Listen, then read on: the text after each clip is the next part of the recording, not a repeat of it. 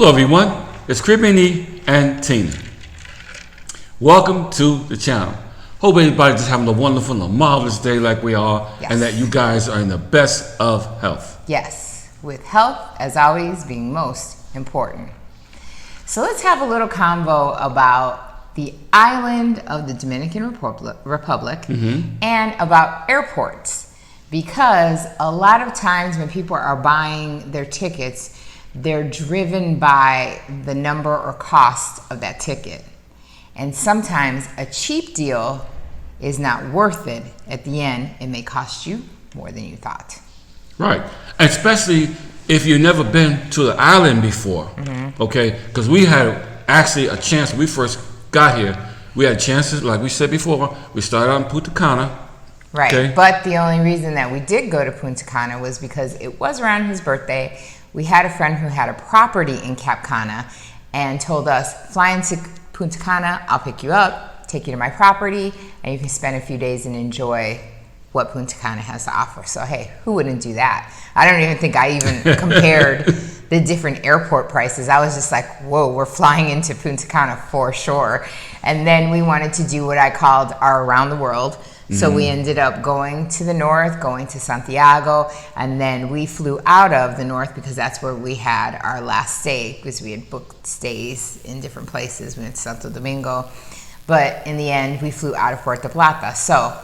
But a lot of people we find their whole trip is based on the price that they got at a certain airline. And we look at prices, of course, Punta Cana, because they are trying to bring tourism in, definitely will always be the cheaper ticket. But are you staying in Punta Cana? Because a lot of people come into Punta Cana, not even staying in Punta Cana, but because it's a cheaper ticket. And I always go, because Punta Cana is so far from everything. Right. So I'm like, So you flying into Punta Cana because you got a good Spirit deal, okay? And it's only like, well, I don't know if Punta Cana even flies Spirit, but I'm just saying, like, they get like maybe a $30 deal, and I'm like, it's going to cost you at least $30 to leave the Punta Cana airport. Right, at least. Because the taxis there are on set scales, and it is literally the highest scale in the whole island. And you know what? I was just thinking, when we flew into Punta Cana that time, we had people there actually to pick us up and take us. But if I'd have thought twice, I wouldn't have rented a car from the airport and drove it all the way to Santo Domingo. I would have got the bus.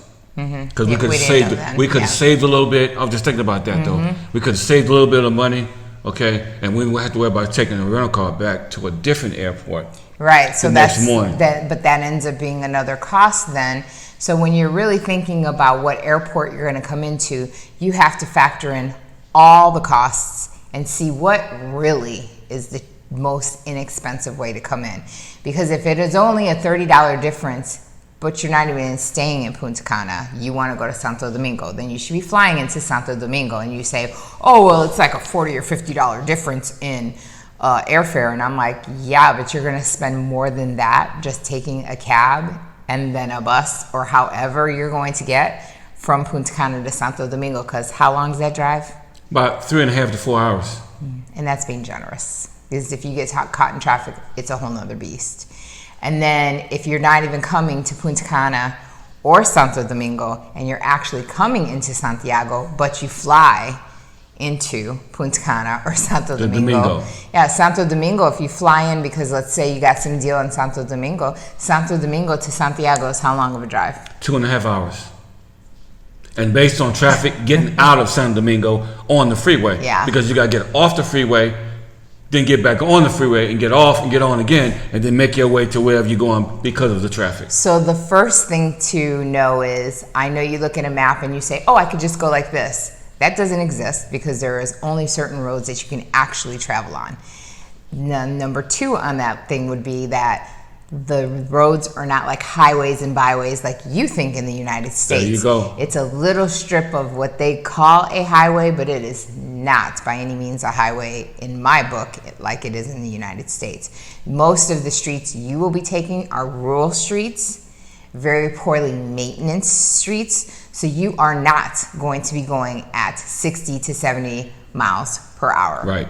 That's You will true. literally lose a tire because you're going to hit a hole and you're going to be on the side of the road. And the reason we say that is because we got stranded on the side of Yes, we did. of a mountain going from Santiago to the north, and the car overheated.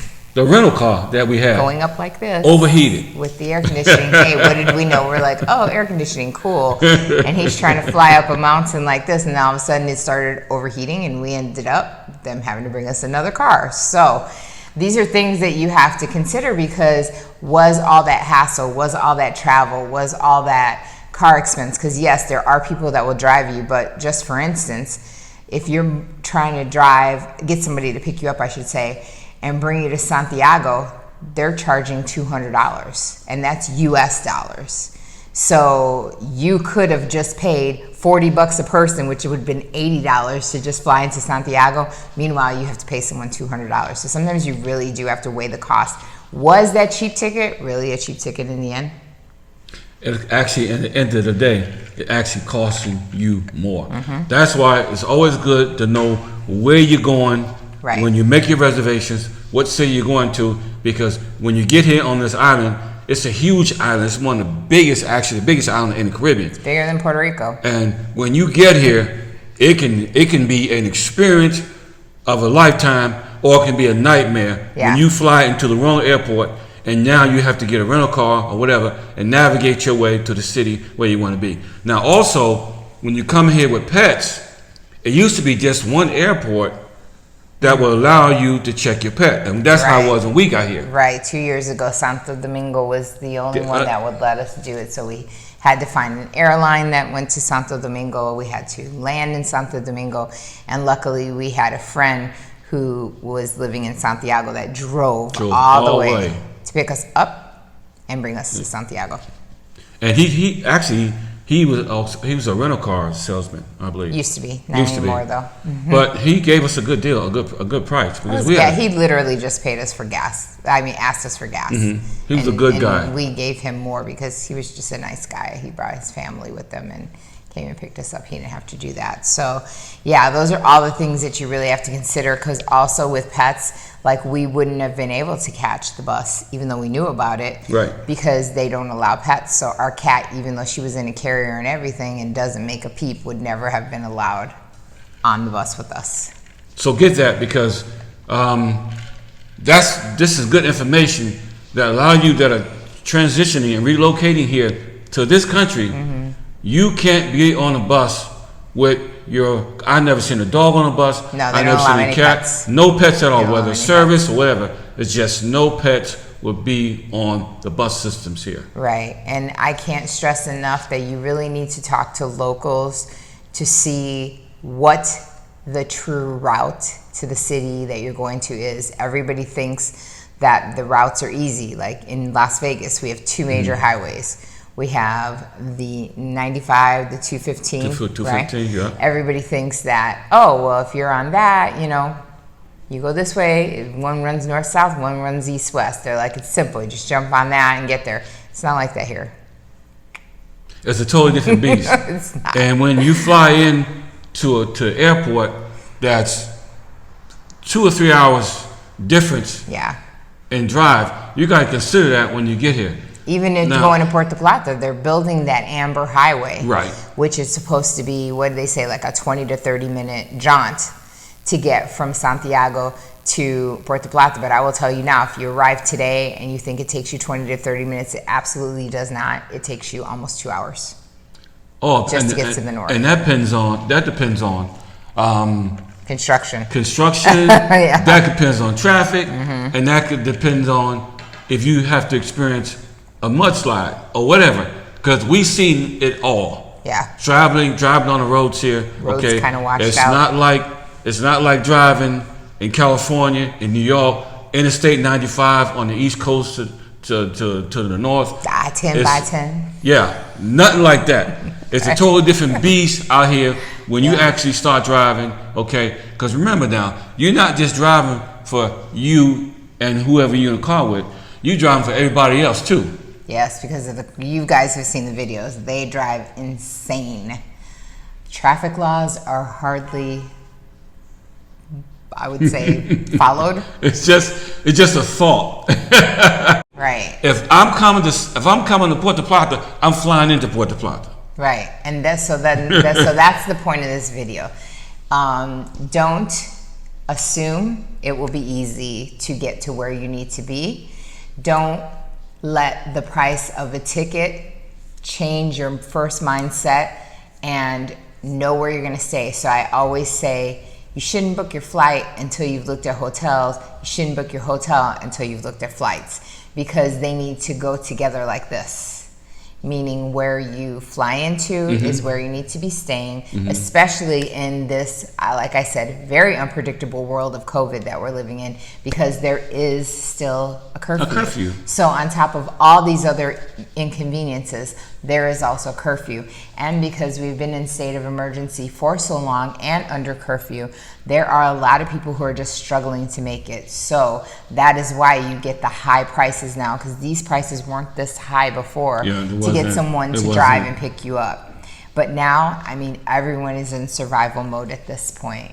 When tourism is down, people don't make money. When people don't make money, prices go up, supply and demand. So we encourage you and tell you always to make good, safe, informed decisions. And the best way to do that is to fly into where you're staying, stay where you're flying into or flying out of. Because remember, hey, explore. If you want to start in the north but end in the south, fly into the north, fly out of the south. You can always do that. Your airline ticket is very flexible. It's how you arrange it.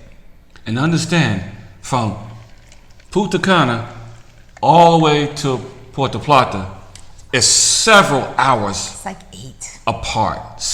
When I say you several, literally have to I mean go like several this hours. and then like this. I mean, I know that seems crazy because you go, oh, I could just go like that and it's like 3 hours. No, you have to go from, let's say, Punta Cana, La Romana to Santo Domingo type area and then go up, which you're passing Santiago and then you're going to the north. So yeah, it's not it looks great on the map, but it's not a straight shot. All of you want to cut through the mountains.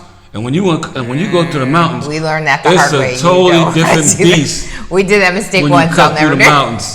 Oh my God, it's an experience that I'll never forget. We ran into a herd of cows, everything in the mountains, and it's a totally different beast.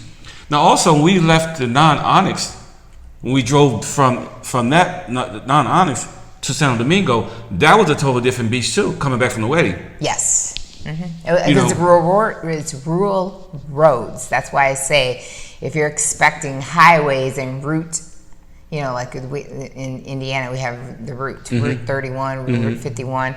Like they're not like that. It's literally you're going through a rural road through a town.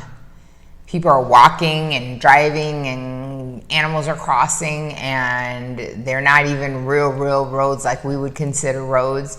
You have to watch for huge dips, huge raises, what do they call that, to slow you down? The speed bumps. Speed bumps. Going to and huge holes, because again, these are not regularly maintained roads, even though people drive them all the time.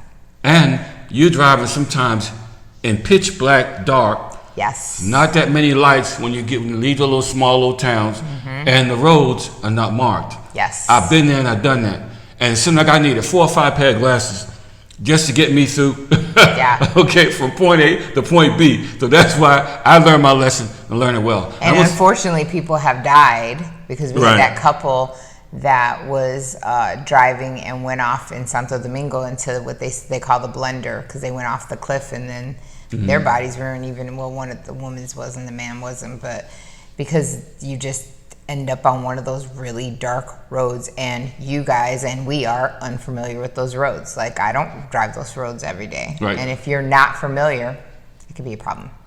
I take the bus. Weigh the pros and cons when it comes to price, because sometimes money ain't everything. Right. And also, remember, if you rent a car, gas is very expensive here. Very expensive. True. Most people that have vehicles here, whether they're Uber, taxis, they got them propane tanks in the back of their trunk. Yeah. So propane is the thing out here. It's cheaper. It's a lot cheaper. Yeah, it's a lot cheaper. They can't afford it because the gas. What is it? $4 or $5 a gallon or whatever. Yeah, I mean, consider the gas prices comparable to California. Yeah, That's what I would say. Right. So just consider all that. Make sure you handle your business. Book your Airbnb, same city you're going to be staying in. Yes. And it'll make your life a lot smoother, and you don't have to hit the panic button. Mm-hmm. So, in the meantime, between the time, always remember that life is to be enjoyed. Yes. Always make sure to hit subscribe, hit notifications, give this and all videos a thumbs up. It is the free and easy way to patron the channel, because remember, that algorithm depends on those subscriptions and those thumbs up so that we can bring you great content like this. And always remember that all information is underneath all of the videos, and we do have the buymeacoffee.com/Caribbean if you'd like to book a one-on-one consult via phone or video. So, till next time, see you in the next video. Peace.